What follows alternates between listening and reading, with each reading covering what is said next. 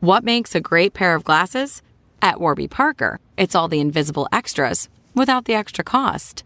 Their designer quality frames start at $95, including prescription lenses, plus scratch-resistant, smudge-resistant, and anti-reflective coatings, and UV protection, and free adjustments for life. To find your next pair of glasses, sunglasses, or contact lenses, or to find the Warby Parker store nearest you, head over to warbyparker.com. That's warbyparker.com. What does it mean to move at the speed of AI? It means thinking big and moving fast. It means running like a 10-person team, even if it's just you. With Wix, it's possible. Create a website that's as unique as your business. Launch a new campaign or test new ways to make more money without slowing down. Think it, build it, scale it, all with AI on Wix. A science story, huh? These NYU scientists, I felt right. I was so And I just thought, well, I figured it out. it was that golden moment. Because science was on my side.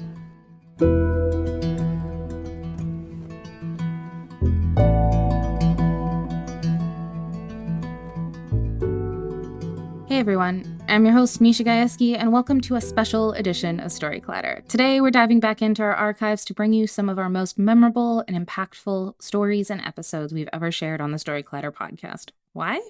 Because we have over 13 years of true personal stories about science, and no matter how much of an OG listener you are, we have a sneaking suspicion that you haven't heard all the stories. These timeless tales span a range of experiences, from wild scientific adventures to deeply personal journeys of transformation. Each story has left a lasting impression on us, and we're excited to revisit them with you. So sit back, relax, and enjoy this best of episode.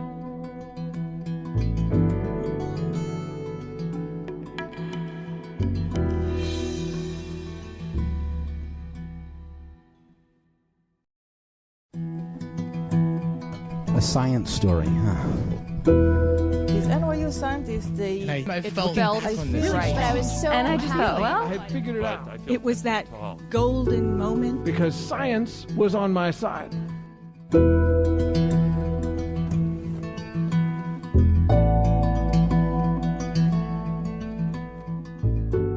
Hello, everyone. Welcome to the Story Collider, where we bring you true personal stories about science. We are your hosts, Erin Barker and Liz Neely. And this week, we are presenting stories about questions that just need answers. That's right. We're talking about hypotheses. Ooh. I know. You can just hear me smile when I say the word. I get so excited. I feel like hypotheses are the building blocks of the scientific method. It's the first thing we learn, right? Why is an egg shaped like an egg? Some of these are questions that never occurred to many of us to wonder about. Right? Okay, so I read a paper that I'm really excited about, and this is not about chicken eggs, but rather insects, right? Oh, okay. Yeah, so you take an observation about the world. Big bugs tend to lay big eggs. Small bugs lay small eggs, right? Makes sense. And then you might extrapolate from there to a hypothesis. Something like egg size is constrained by the body size of a female. Before we go any further, though, Erin. Okay. Are you ready to guess what is the biggest insect egg in the world?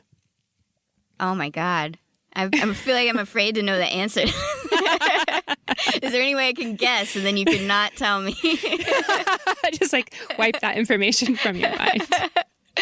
I'll tell you what it's from. It's from a jungle nymph stick insect. Of course. Which is also the heaviest, second heaviest insect in the world. The jungle nymph insect, legendary for its egg size. I would guess like an inch in diameter. Ooh, about half that. So, okay. Yeah. That's a relief. That's surprising. Yeah. It's a blueberry size. I was that's a friendly size, or a little friendly size. The head of a Lego figure. It's fun size. Right. But another important fact, not all insect eggs are egg-shaped or round. Some of them are banana-shaped or other interesting things like that. And this paper that I read that I loved comes out of Dr. Cassandra Extavor's lab. It's in Nature. And what they did was they created a database of more than 10,000 descriptions of insect eggs. And guess what they found? Again, I'm afraid to know. What did they find? A whole lot of nothing. What? I've never seen scientists so excited that so many previous hypotheses proved to be wrong. So egg size not constrained by like the growth, development speed, or the mother's body size, but rather things like the ecology of where they lay their eggs. Oh, wow. Yeah. Scientists, sometimes they like proving each other wrong. Hey, it's me. Suddenly it all makes sense. Yeah, a lot of pieces are starting to come together for me. Well, our storytellers this week know a thing or two about hypotheses, I suspect. Yes, I think we've got some hypotheses to be proven or disproven today. That's right. Falsified. Sure. You ready to get started? I am. Our first story is from Xochitl Garcia. It was recorded in September 2019 at the University of Rhode Island in Kingston. This was part of a show sponsored by the Inclusive SciComm Symposium.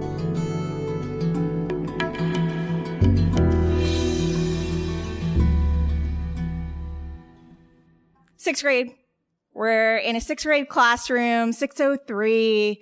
We're spending a week on the characteristics of life. You know, not a big deal. Living, non-living, no worries. And the basic premise is to start this week out, we give them a bunch of examples of things that might be living, non-living, once living, whatever. And they're supposed to work together, and it's more about the discussion. It's more about the discourse. It's more about pushing each other and creating a schema. They're sitting at tables. They've already done these observations. They walked around the room. They messed with objects. They looked at videos. They collected, and they're sitting down and they're starting to talk. And we didn't really have to do any prompting. I have a co-teacher, so we're walking around the room and they're asking each other questions. They're like, well, no, like that thing got hot. Doesn't that mean that it's reacting to something? Doesn't that mean it's living? Doesn't it violate one of your rules that you made? This rule is wrong. And they're having this really good debate. And my co-teacher and I are like, we killed this. Like, kids are super into science. Like, oh my gosh. And we're like high-fiving each other. And I'm walking around the room and we're observing conversations. And I pass by a table and I hear, fire's definitely alive. I'm like, okay, cool. This is why we do science in groups, right? This is why they're together at a table, and we're going to have a bigger discussion later. They'll push each other's ideas. They'll challenge. It'll be great. They're doing great science discourse. Their skills are amazing. I'm so excited. So I leave that table and I just walk around and I forget about fire is alive. I think it's going to go away. And let's just be clear, fire, not alive, right? So sixth grade, we say life is grim. That's what I think it's funny. My co-teacher thinks it's funny. Kids do not think this is a funny definition, right? So our basic premise is like they grow, they reproduce, they interact with their environment, they have a metabolism. Life's grim, right? It's great. But they're supposed to construct that knowledge. It's not for me to give them. It's the most effective way. And so we get to the whole class discussion, and I have a little inkling. I have a thought. I was like, fire is alive. It's going to be gone. It's good. And we start categorizing, and sure enough, this table, we put fire up. Everybody's like, not alive, not alive. I'm like, great, like winning. And then this table's like, no, it's alive. And I'm like, this one student took a table of 4 and convinced them that it's alive. And I start to freak out a little in my mind. I'm like, I'm that person people talk about. I'm that teacher that people talk about. Daily News, New York City teacher, like, thinks fire is alive. What an idiot. Like, high school teachers being like, what did your teachers teach you? Like, where did you come off with this idea? And I'm like, oh my God, what do I do? And they start questioning each other. And I'm like, great, this is going well. And kids are like, well, they don't reproduce. This kid's like, bro, sparks are babies. I'm like, oh my God.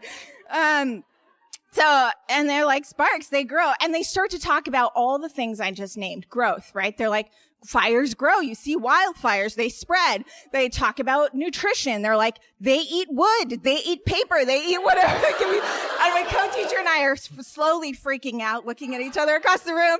And so I'm like, I can handle this. I've got this. Like, I go to the front of the room and I'm like, do you see fire having babies? And the room gets silent. My co-teacher goes, what the fuck? He's like, Val, what the fuck? And I'm like, at that moment, I had two realizations. One, we had an entire week on characteristics of life.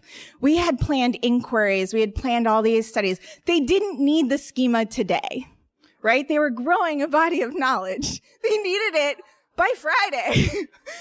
The second thing I realized is I just introduced a worse misconception to the students, which was that there's one paradigm of reproduction. I just told them birth was the thing. And now I'm going to have to spend a long time trying to take that visual of me birthing out of their minds. So, I mean, this is all to say that, like, why did I freak out? Like, why was I freaking out? We were well planned. I was in my second year of teaching.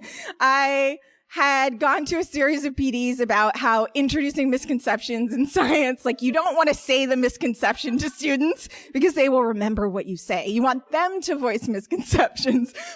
And so, I mean, it was all bad, but I was trying to do the best I could. I was trying to really do it. And it took a bit of, it was a moment of like being humiliated to learn something good, which was that, like, I can't control everything that goes on in the classroom, and that's not the point of teaching science, right? The point is to make space and opportunities for them to grow and grow their skills, build their own schema for this amazing inquiry and maintaining wonder in the world.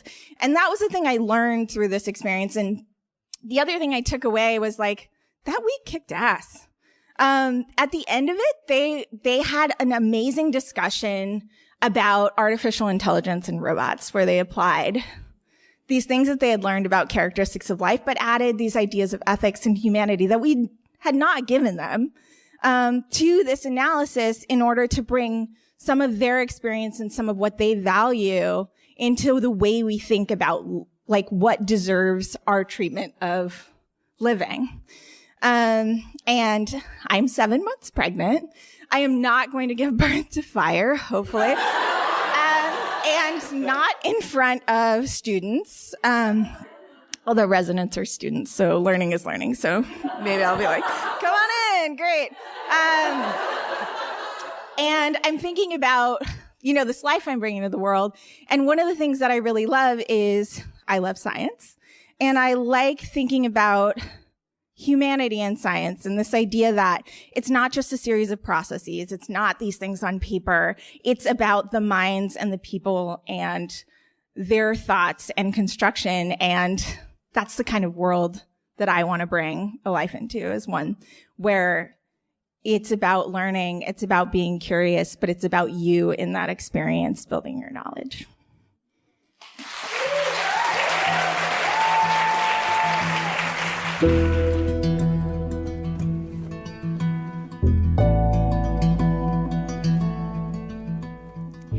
That was Xochitl Garcia. Xochitl is the K-12 Education Program Manager at Science Friday. She's a former school teacher who taught middle and high school science in the Bronx for 7 years. And, fun fact, she has a very green thumb. As a Fund for Teachers Fellow, she traveled to Ecuador to interview cacao farmers, and as a National Geographic Grosvenor Teacher Fellow, she circumnavigated Iceland photographing different plants for classroom projects, which is amazing. At Science Friday, she works with other educators sifting through piles of random junk that she insists is treasure to figure out cool ways for educators to explore scientific phenomena with their learners. You can find her making a mess at her home, her office, and the city at large, all in the name of great science education. I love her story so much.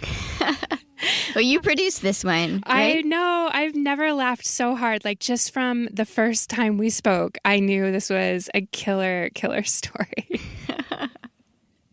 And I should point out that this one was made possible by the funders and organizers of the Inclusive SciComm Symposium, which is a conference all about combining theory and practice in our efforts to prioritize inclusion, equity, and intersectionality in science communication. Near and dear to our hearts, obviously. Yeah, for sure. Yeah, special thanks to Dr. Sunshine Menezes for making that show happen. Yeah, I know you and Gastor had a blast going out to see that show. We really did. And I know that all of us back at Story Collider, after hearing that story, are now a little bit suspicious that fire might be alive. No, this is a public service announcement. I can't believe, of all the people I am invested in combating misinformation and effective science communication, I'm sorry. This is not true. I think those kids made some good points. That's all I'm saying. No, Erin, no. Our next story today is from John Rennie. It was recorded in August 2019 at Caveat in New York City. The theme that night was divergence.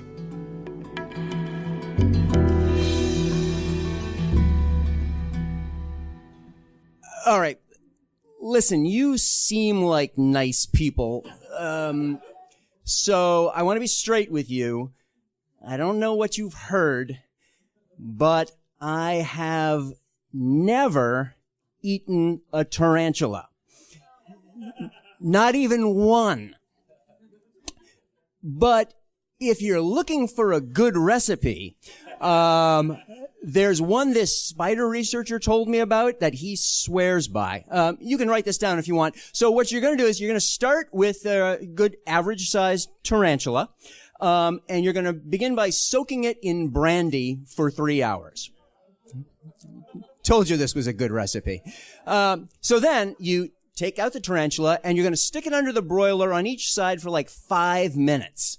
Now you're not trying to cook the tarantula at this point. You're just trying to singe off the irritating hairs on its legs, which are highly irritating. And if you swallow them, you might go into anaphylactic shock. So then you also, after you've done that, then you carve, out its, 2 little venomous fangs, and you put a skewer through the tarantula, and you, put it into tempura batter, and then you just sort of lightly saute it. Presto! There you have it. Fried tarantula. Serves one. I'm told it tastes like soft-shelled crab. Bon appetit. As I say, I have never eaten one of these, but these kinds of recipes are the sorts of things you encounter when you wander into the world of entomophagy. That is to say, the world of eating insects. That is something, yeah. You were a little too nostalgic in the way you responded to that, sir. Yes. But I can get that because way back in May of 1992, I had my own encounter of this sort. I was at the time a staff editor and writer on the magazine Scientific American. Thank you. You can find subscription cards on the table, I'm sure. And then, but it also, in that month, that was also the 100th anniversary of the New York Entomological Society. And they decided they were going to throw themselves a big party, and they decided to make this really interesting. They would have it at the Venerable Explorers Club on the swanky Upper East Side of Manhattan, and to make it extra special, they would have a banquet where they would be serving insects as food. Let me just make a note that on the Upper East Side of Manhattan, they are not commonly eating insects as food, even at the Explorers Club, at least that they know of. But I mean, let's be honest.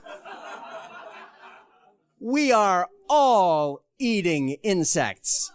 Oh, yeah, no, we are. We have all eaten insects, and not just because we have all been in convertibles or gone on picnics, but because, remember, the Food and Drug Administration prescribes the maximum amount of insect parts that you can have in your breakfast cereal.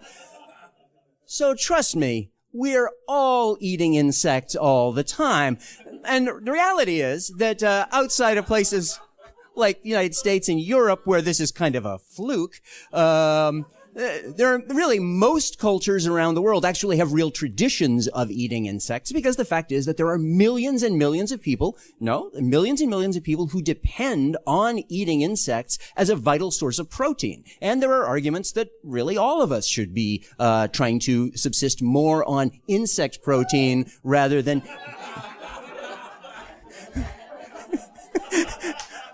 You two need to get together after the show. More of us should be doing this sort of thing. Now, these were the sorts of details that made this a great thing for me as a writer for Scientific American, why it was that I proposed to my bosses that I go to the Entomological Society banquet and participate in this and write about the experience, and why I thought it was a great idea for me to do this.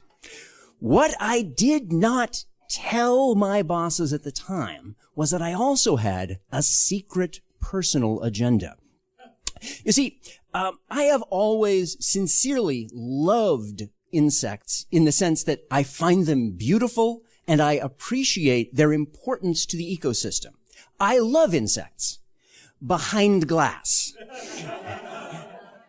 I don't like them flying around me. I don't like them crawling on me. I don't like squashing them because the buggy mess is disgusting. I don't care for this. It bothered me. But somehow I got it into my head that if I went to this Entomological Society banquet, and if I ate insects, it would give me a sort of mastery over this fear. And I would triumph over it. And so I set off that night. And when I got there to the Explorers Club, boy, the joint was jumping. Sorry, that was sincerely an unfortunate choice of words. But no, really, because you see, they had 80 entomologists who were signed up to attend this. They would be eating the food at this banquet along with me. But there were 3 times that many reporters there. The place was, you should forgive the expression, swarming with reporters. All of them looking to find somebody who was actually doing this, because there were so many reporters, they could mostly just find other reporters, not people who were actually going to eat the insects. I, however, was. Now, when I walked in, frankly, it really looked a lot like a lot of sort of high society affairs. You had the string quartet playing chamber music in the corner, and the open bar, so the wine is flowing, which was good, because the 2 things that I was sure of about this evening were I was going to be drinking heavily, and later I was going to floss.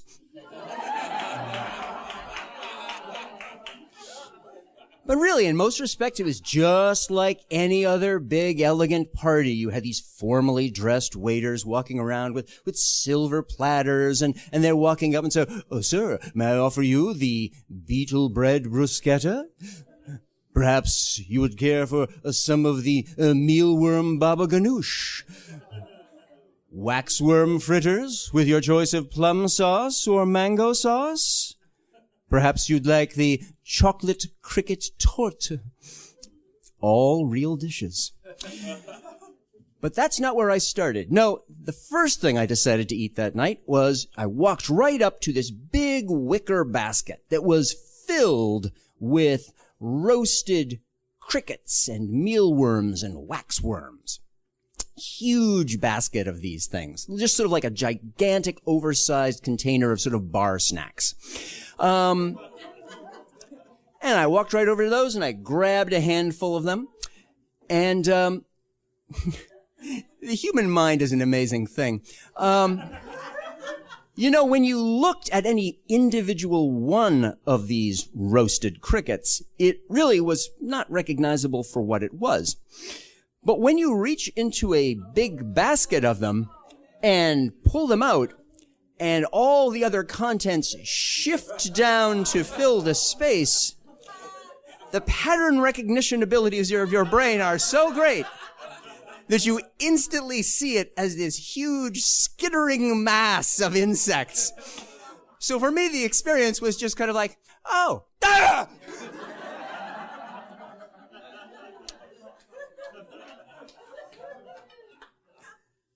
Now I know by now you are wondering, so how did these taste? And honestly, they were quite good. These sort of roasted crickets and the like, basically, crickets are basically the six-legged tofu of the entomophagy world. I mean, they have no real flavor of their own. They just take on the flavors of however they're being cooked, which in this case would be oil and salt, therefore delicious. So, if you ate these, really, you would not particularly know or object to it. And in fact, in almost any of these cases where the insects were ingredients in the food, it was unnoticeable and completely benign, and honestly, you would think it was fine. And a lot of these things, they tasted really quite good. Not everything was great. There was this big wickety grub.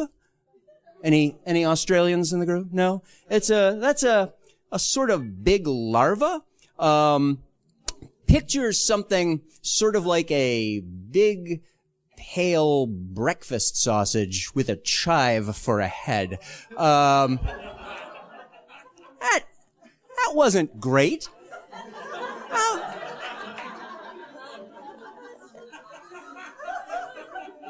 But I will tell you, there was something that I thought was absolutely delicious, which were the honeypot ants. These had been flown in specially from Arizona. And these are like these little ants. Their abdomens are swelled up like little golden peas because they're filled with this honey-like nectar.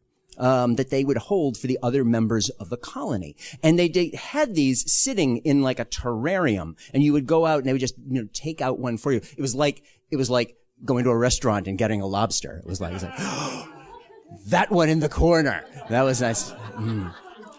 Pop it on your tongue. Really, it was delicious. It was like candy. It was wonderful. And so I was really feeling great about the entire experience of how all of this was going, and I was on the road to mastery. And then they brought out the final dish of the evening. And this, my friends, was sort of the pièce d'insecte résistance, because this was the giant sautéed Thai water bug.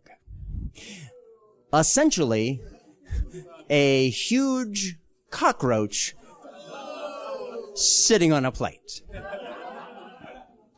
looking like it was trying to run off of the plate, which I was hoping it might do. Because this was sincerely the quintessence of all of the fears I had about these insects. This was a giant, repulsive, buggy bug. And I saw it there on this plate, and I picked it up, and it had a heft to it, which was really disturbing, because it was about 3 inches long. Did I mention it was a giant Thai water bug? I picked it up, and I looked at it, and I actually felt this tremendous sense of inner calm.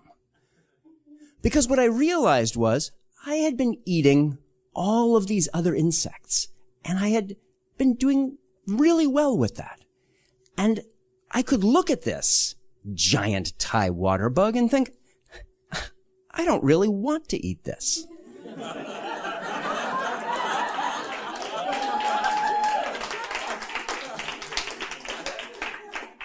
I don't need to eat this. And I got ready to put it back on the plate. And in that very moment, I suddenly became aware of a gigantic halo of lights surrounding me.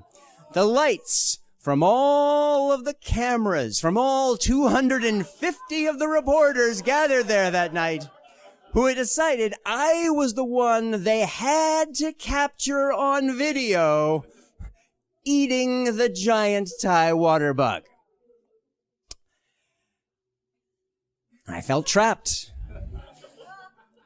Not unlike a bug in amber. That's right, keep your irony. There we go. So, I did what I felt I had to. Which meant that I first would have to make the most gruesome choice of my life. Which end do I eat first? Because it's too big to put in my mouth all at once. Do I eat the front end with the antenna and all the legs and the little mouth parts? Or do I eat the back end? The big swollen abdomen full of some sort of buggy guts.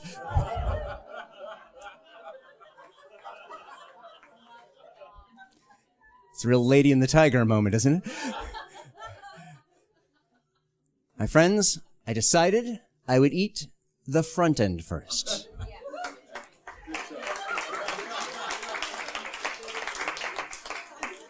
Your approval means everything to me. I closed my eyes, I opened my mouth, and I bit down.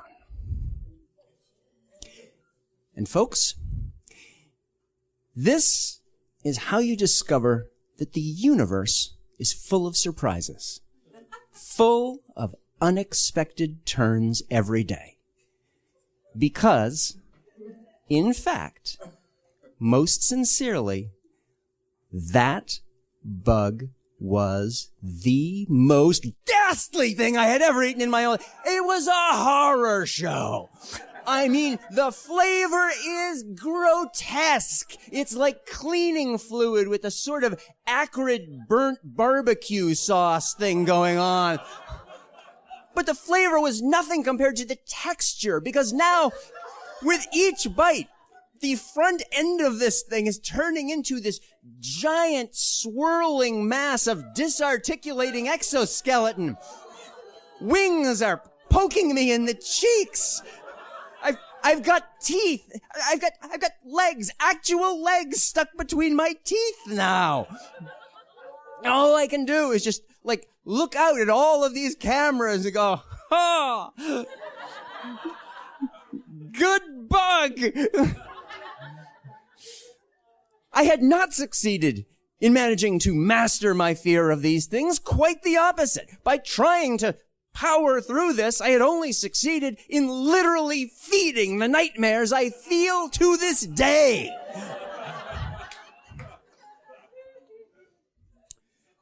And in answer to the question that I know you have, no. The second bite was not any better. Thank you.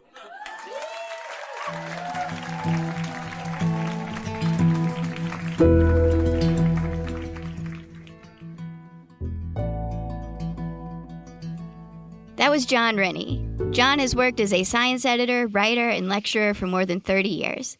Currently, he is deputy editor at Quantum magazine. During his time as editor-in-chief at Scientific American between 1994 and 2009, the magazine received 2 National Magazine Awards. He co-created and hosted the 2013 series Hacking the Planet on the Weather Channel. And since 2009, he has been on the faculty of the Science, Health, and Environmental Reporting program in New York University's Graduate Journalism School. Now, John is actually a member of Storyclatter's nonprofit board, and he told this story the day of our annual board meeting, our annual in-person board meeting. So he had been with us that entire day. He just couldn't get enough. It's a real feat of endurance for John. And it's a truly, I think it's safe to say, unforgettable story. Yep, that one's going to be sticking with me for quite some time. And if you like us, find John's story unforgettable, find the stories on this podcast to be really near and dear to your heart, we are looking for new producers to join our team at the Story Collider right now. And we are looking in Los Angeles, Chicago, the Bay Area, and Denver. So if you're located in any of those 4 places and you're interested in being a part of what we do, you can check out our full job description at storycollider.org/jobs, or you can send me an email at stories@storycollider.org and let us know what you think makes a great science story and why you'd like to be a part of the team. The Story Collider is grateful to all of our team, and especially to John Rennie for his service. Definitely. The Story Collider is also grateful for the support of Science Sandbox, a Simons Foundation initiative dedicated to engaging everyone with the process of science. The Story Collider is led by me, Artistic Director Erin Barker. And me, Executive Director Liz Neely, with help from Deputy Director Nissa Greenberg, Operations Manager Lindsay Cooper, and the rest of our amazing team, which might include you. Go to storycollider.org/jobs. That's right. The stories featured in today's podcast were from shows produced by Gastor Almonte, Liz Neely. Hey. Paula Croxon, and Nissa Greenberg. The podcast is edited by our podcast team, including Zoe Saunders, John Chen, and Gwen Hogan. The theme music is by Ghost. Special thanks to Caveat and the University of Rhode Island for hosting these shows. And to all the budding scientists out there forming, formulating, and falsifying hypotheses. Good luck with those hypotheses, everybody. Tank 'em. Thanks for listening.